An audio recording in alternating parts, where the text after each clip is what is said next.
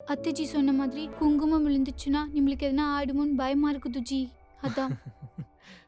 இப்ப எதுக்கு ஜி நிம்மள் இப்படி சிரிக்குது? பின் என்னடி இந்த குங்குமம் கொட்டினால எனக்கு ஏதாவது ஆயிடுமா? ஆமா ஜி, பெரியவங்க என்ன சும்மாவா சொல்லிச்சு? அவங்க சொன்னுச்சுன்னா எதனா அர்த்தம் இருக்கும் தானே. சரிடி, அர்த்தம்லாம் இருக்கட்டும், நீ பயப்படாத.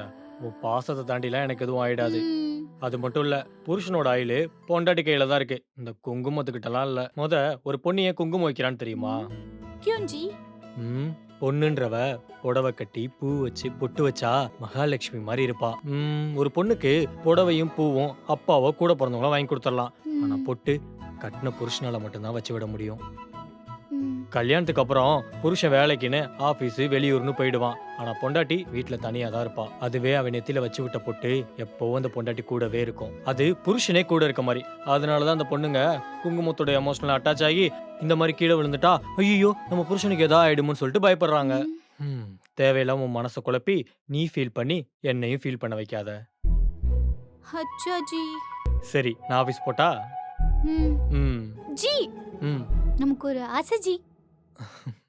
தெரியும். இந்த குங்குமத்தை உன் நெத்தியில வச்சு விடணும் அதானே? ம். வச்சுட்டா போச்சு.